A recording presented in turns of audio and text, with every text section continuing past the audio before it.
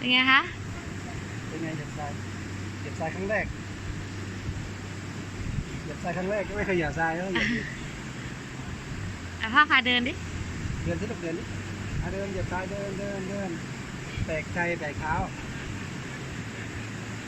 ที่เขาอยากจะเหยียบเท่าไหร่แม่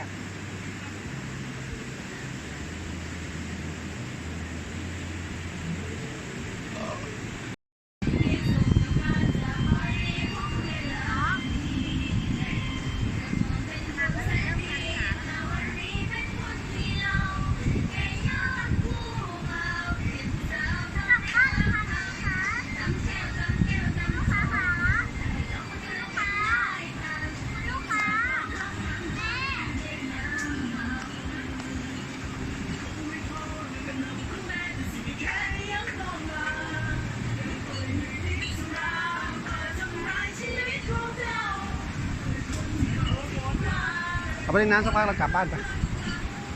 หอมปะ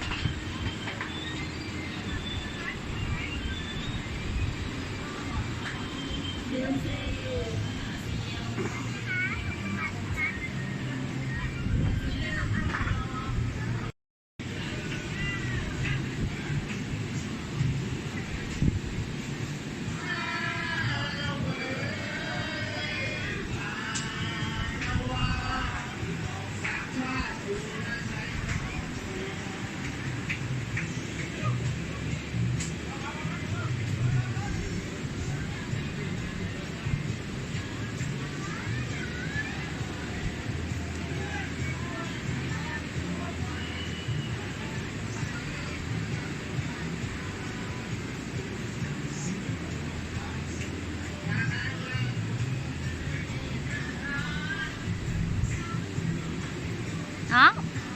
จ้า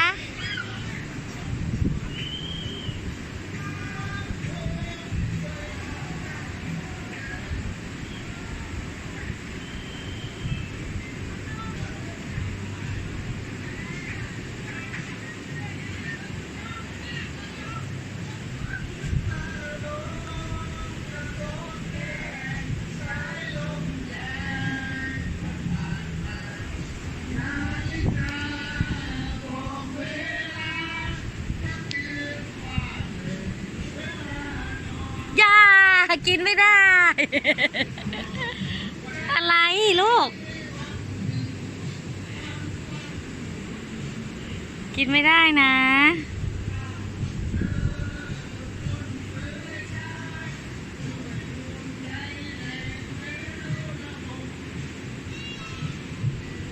ยายไข่หวานเอาละกินทรายละอี